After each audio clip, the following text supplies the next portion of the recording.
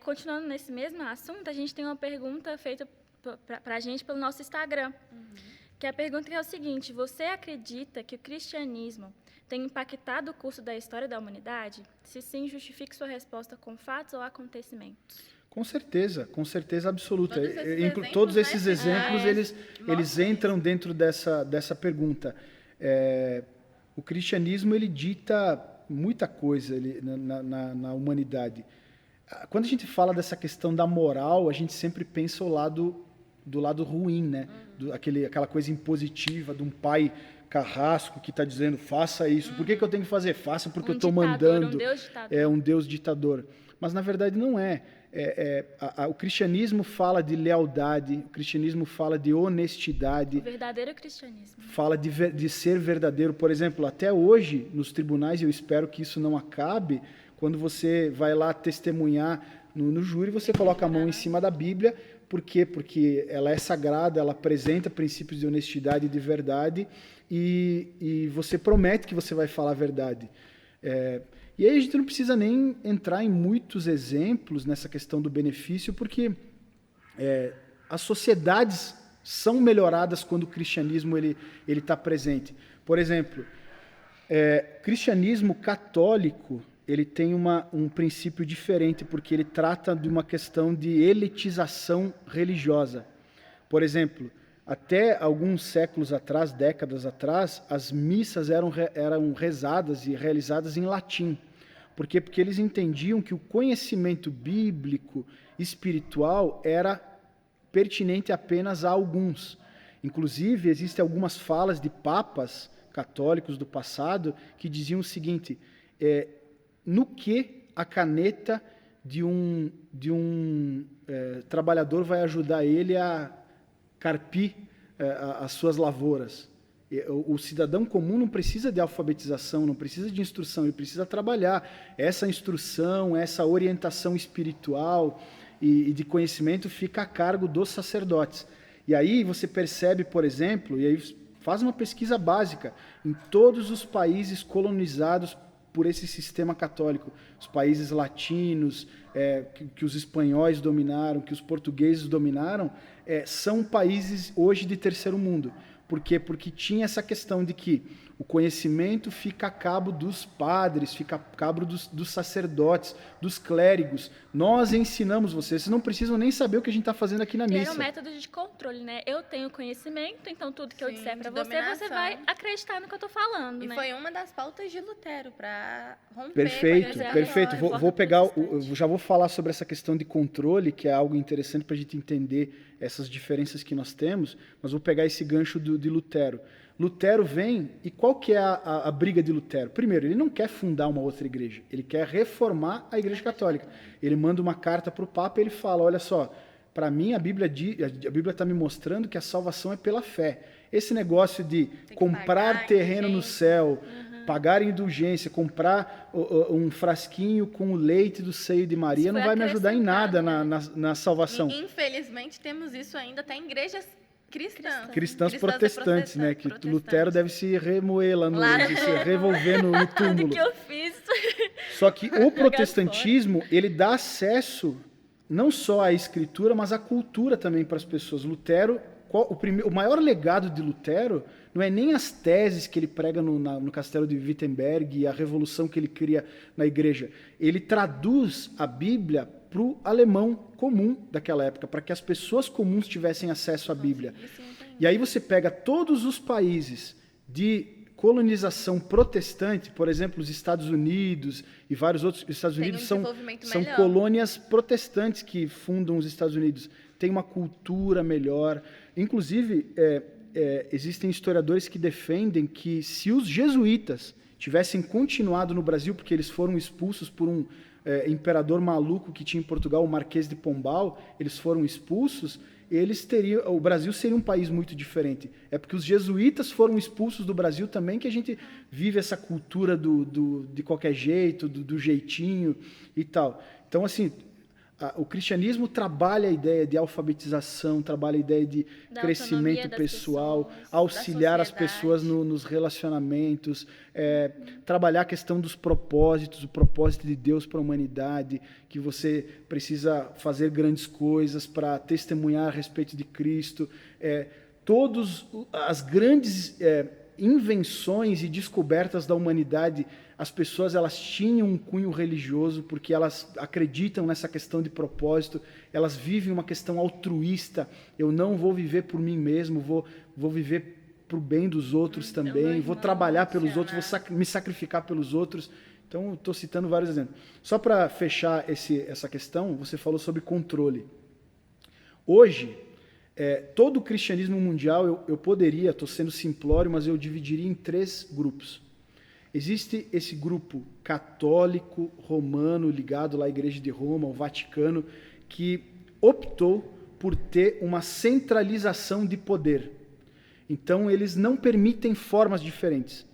Inclusive, existe uma discussão sobre esse movimento carismático que não é bem visto por todo mundo dentro da Igreja Católica, mas ele fugiu do controle deles também. Mas centraliza-se o poder para que todo mundo fale uma mesma língua e tal. E a Bíblia não é centralizadora. A Bíblia ela permite interpretação, ela permite visões diferentes. Por isso, para sustentar essa centralização de poder, eles colocaram no mesmo pé de igualdade da Bíblia as decisões colegiais dos concílios, dos papas. Então, os decretos papais estão no mesmo pé de igualdade da Bíblia. Por exemplo, os 10 mandamentos na Bíblia católica, traduções paulinas, tiradas lá do latim de Jerônimo, elas são exatamente iguais os nossos 10 mandamentos. Só que a forma como na catequese ensinam os 10 mandamentos, ele tem algumas diferenças. Tira aquela questão das imagens e tal, pega um dos mandamentos e transforma em 2. Enfim, então, essa adulteração do texto bíblico e outras decisões, por exemplo, o celibato dos padres, que a gente sabe que cria muitos problemas, e várias outras coisas, são decisões papais, para centralizar o poder. O cristianismo protestante, também influenciado pelo movimento iluminista, porque não é coincidência as reformas serem mais ou menos na época do movimento iluminista e tal, traz uma ideia da racionalidade, do questionar tudo, questionar os dogmas, cada um escolher os seus caminhos e tal. E aí, qual que é a centralização do protestantismo, das igrejas evangélicas? Uma centralização no ensino. Só que quanto mais a gente tenta centralizar o ensino, mais a gente se fraciona. Sim. Só que a gente não se preocupa com centralização de poder, a gente quer uma centralização de ensino, mas quanto mais a gente olha para a Bíblia, mais a gente vê diferenças e mais a gente se espalha. E isso também é uma providência divina para que a gente alcance nichos diferentes da sociedade, lugares diferentes da sociedade, pessoas diferentes, enfim. E aí existe uma terceira parte, que é essa igreja oriental esquecida, e eu não vou colocar todas no mesmo pacote, que ela não se preocupa tanto com teologia, ela não se preocupa tanto com poder e organização, mas ela está mais voltada à experiência de fé. Aquela questão do Espírito Santo e tal, focada Por exemplo, se você for para a igreja da Etiópia ainda tem no seu culto a adoração com a Arca da Aliança, que é uma figura do Velho Testamento que a gente sabe que não faz mais sentido. Quando Jesus veio, ele eliminou esse símbolo. Foi feita uma nova aliança. Foi uma nova aliança. Só que, e os pastores que usam candelabro no púlpito, que tocam chofar, se enquadram na mesma questão. Então, teologicamente, nós podemos nos diferir da igreja da Etiópia, mas eles, como experiência, continuam se movendo nos dons. Existem relatos de curas, milagres, ressurreição de mortos, como parou por muito tempo na história da igreja ocidental. Sim. No período lá da Idade das Trevas, a igreja ficou inoperante e atrasou a humanidade. Ela reprimiu a humanidade. Você falou da Inquisição, lá das Cruzadas, era nesse objetivo de produzir conversões, mas de uma forma totalmente errada. E nesse ponto é uma mancha na história do cristianismo, porque entrava numa sociedade para matar quem era diferente deles. Querendo impor. Inclusive, muitas das bruxas que foram queimadas em praça pública, elas nada mais eram do que cristãs com textos bíblicos, mulheres com livros.